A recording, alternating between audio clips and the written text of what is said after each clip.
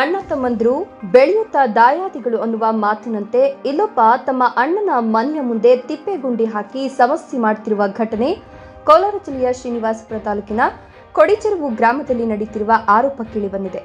ಸುಬ್ರಹ್ಮಣಿ ವಿನಾಯಕ ಮತ್ತೋರ್ವ ಮೂವರು ಅಣ್ಣ ತಮ್ಮಂದರಾಗಿದ್ದು, ವಿನಾಯಕ ಎಂಬ ವ್ಯಕ್ತಿ ಅಣ್ಣ ಸುಬ್ರಹ್ಮಣಿ ಮನೆಯ ಮುಂದೆ ತಿಪ್ಪೆಗುಂಡಿ ಹಾಕಿದ್ದು ತೆಗೆಯಲು ಹಲವು ಬಾರಿ ಮನವಿ ಮಾಡಿದ್ರೂ ತೆಗಿತಾ ಇಲ್ಲ.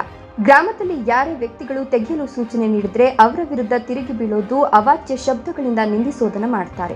ಇನ್ನು ಸೊಳ್ಳೆಗಳ ಕಾಟ ಹೆಚ್ಚಾಗಿ ಮಕ್ಕಳನ್ನ ಆಚೆ ಆಟವಾಡಲು ಬಿಡಲು ಸಹ ಭಯವಾಗ್ತಿದ್ದು, ಹಾವುಗಳು ಸಹ ಓಡಾಡ್ತಿವೆ. ಈಗ ಇಬ್ಬರು ಮಕ್ಕಳಿಗೂ ಸಹ ಡೆಂಗ್ಯೂ ಜ್ವರ ಬಂದಿದ್ದು ಪ್ರತಿನಿತ್ಯ ಆಸ್ಪತ್ರೆಗೆ ಓಡಾಡುವ ಪರಿಸ್ಥಿತಿ ನಿರ್ಮಾಣವಾಗಿದೆ.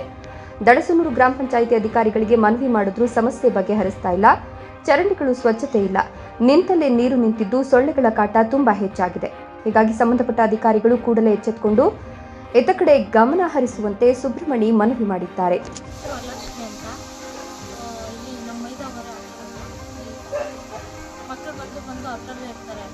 ಅವರು ಬಾಗಿಲು ತೆಗಿಯೋಕ್ಕೆಲ್ಲ ಬಂದು ಹತ್ರಲ್ಲೇ ಇರ್ತಾರೆ. ಅವ್ರನ್ನ ಎಷ್ಟಂತ ಮನೆ ಒಳಗಡೆ ಹಾಕೊಂಡಿರೋಕ್ಕಾಗುತ್ತೆ? ಅವರು ಎಲ್ಲಂದ್ರಲ್ಲಿ ಹೋಗ್ತಿರ್ತಾರೆ, ಈ ಕಡೆ ಹೊರಟೋಗ್ತಾರೆ, ಆ ಕಡೆ ಹೊರಟೋಗ್ತಾರೆ. ನಮ್ಮ ಯಜಮಾನ್ರು ಬೇರೆ ಇರಲ್ಲ, ಅವ್ರು ಕೇಸ್ ಆಗಿದ್ದು ಮಾಡ್ಕೊಡ್ತಾರೆ. ನನಗೆ ತುಂಬ ಅನಾನುಕೂಲ ಆಗ್ತಾಯಿದೆ.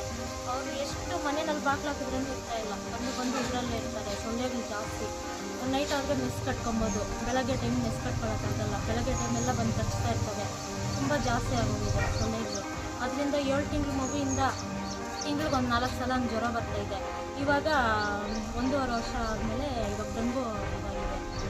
ಇಬ್ಬರು ಮಕ್ಕಳಿಗೂ ಡೆಂಗು ಜ್ವರ ಬಂದಿದೆ ಸರ್. ಏನಮ್ಮ ಇದು ತಿಪ್ಪೆ ಏನಾದರೂ ಹೇಳಿದ್ರೆ ಸರ್ ಹೇಳಿದ್ದೀವಿ ಸರ್. ಇದು ನನ್ನ ಮಗು ದೊಡ್ಡ ಮಗಳು ಎಕ್ಸೈಸ್ ಪೇಪರ್ ಕೊಟ್ಟಿದ್ದೆ ಕೈಗೆ. ಅದು ಕಾಲುವೆನಲ್ಲಿ ಬಿಸಾಕ್ಬಿಟ್ಬಮ್ಮ ಅಂದರೆ ಅವಳು ಮನೆ ಮುಂದೆ ಆಗಿಬಿಟ್ಟಿದ್ದಾಳೆ. ಆವಾಗ ಗಾಳಿಗೆ ಹಸು ಹಿಂದೆ ಹೊರಟೋಗಿದೆ. ಅವ್ರಿಗೆ ಕಾಲಲ್ಲಿ ನಮ್ಮ ಮನೆ ಮುಂದೆ ತೊಗಿದ್ದಾಳೆ. ಎಕ್ಸೈಸ್ ಪೇಪರ್ ಮಾತಾಡಿದ್ರೆ ಜಗಳಕ್ಕೆ ಬರ್ತಾರೆ. ನಾವು ತಮ್ಮಂದಿರು 3 ಜನ, ನಮ್ಮಪ್ಪ ನಾರಾಯಣಪ್ಪ ಅಂತ, ಮಕ್ಕಳು 3 ಜನ. ಅದರಲ್ಲಿ ಒಬ್ಬ ಬೆಂಗಳೂರಲ್ಲಿದ್ದಾನೆ, ಲಾಸ್ಟವನು. ಸೆಂಟ್ರವನು ನಾನು ಇಲ್ಲೇ ಇದ್ದೀವಿ. ಈ ಸೆಂಟ್ರವನು ಇಲ್ಲಿ ತಿಪ್ಪೆ ಹಾಕಿ ಇದರಿಂದ ನನಗೆ ಅನಾನುಕೂಲ ಆಗ್ತಾಯಿದೆ. ಸೊಳ್ಳೆಗಳ ಕಾಟ ಜಾಸ್ತಿ ಆಗಿ ಮಕ್ಕಳಿಗೆ ಡೆಂಗು ಬಂದಿದೆ. ಇದರಿಂದ ಊರಿನ ಗ್ರಾಮಸ್ಥರು ಬಂದು ಹೇಳಿದ್ರೂ ಯಾರೂ ಸರಿಪಡಿಸ್ತಾ ಇಲ್ಲ.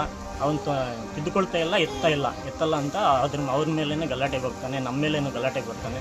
ಪದೇ ಪದೇ ಗಲಾಟೆ ಮಾಡ್ತಾನೆ ಇರ್ತಾನೆ ಇಲ್ಲಿ ಮನೆ ಹತ್ರ. ಇದರಿಂದ ಅದನ್ನ ಎತ್ತಗೆಲ್ಲ ಪ್ರಯತ್ನ ಮಾಡಿ ಮಕ್ಕಳಿಗೆ ಡೆಂಗು ಬಂದು ಜ್ವರ ಓವರ್ ಆಗಿದೆ.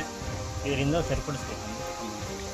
ಇನ್ನು ಅವ್ರಿಗೇನಾದರೂ ಹೇಳಿದ್ರ ನೀವು ಈ ರೀತಿ ಖಾಲಿ ಮಾಡಿ ಮಕ್ಕಳಿಗೆ ಇದು ತೊಂದರೆ ಆಗ್ತದೆ ಅಂತ? ಹೇಳಿದ್ದೀವಿ. ಊರಿನ ಗ್ರಾಮಸ್ಥರು ಸಹ ಬಂದು ಹೇಳಿದ್ದಾರೆ. ಏನು ಹೇಳ್ತಾರೆ? ನಾವು ಎತ್ತಲ್ಲ ಅಂತ ಹೇಳ್ತಾರೆ. ಯಾರ ಕೈಯಲ್ಲಿ ಏನಾಗುತ್ತೆ ಮಾಡ್ಕೊಳ್ಳಿ, ನಾವು ಎತ್ತಲ್ಲ. ಇನ್ನು ಏನೇನು ಸಮಸ್ಯೆ ಆಗ್ತಾ ಇದೆ ಇಲ್ಲಿ ನಿಮಗೆ ಈ ತಿಪ್ಪೆ ಇರೋದ್ರಿಂದ? ತಿಪ್ಪೆಯಿಂದ ಡೆಂಗು ಬರ್ತಾಯಿದೆ, ಜ್ವರ ಬರ್ತಾಯಿದೆ.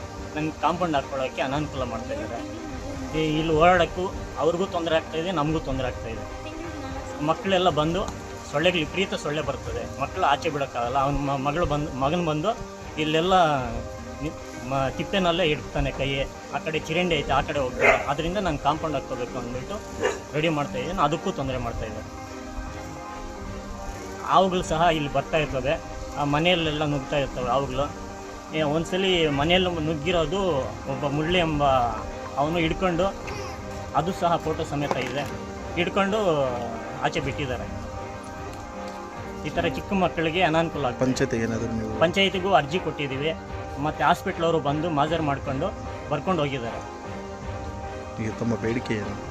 ಇದೆಲ್ಲ ಖಾಲಿ ಮಾಡಿಸ್ಬೇಕು. ಖಾಲಿ ಮಾಡಿಸಿ ನಮಗೆ ಕಾಂಪೌಂಡ್ ಹಾಕ್ಕೊಳ್ಳೋಕ್ಕೆ ಅನಾನುಕೂಲ ಆಗ್ತಾಯಿದೆ. ಅದಕ್ಕೆ ಅನುಕೂಲ ಮಾಡಿಕೊಡ್ಬೇಕು.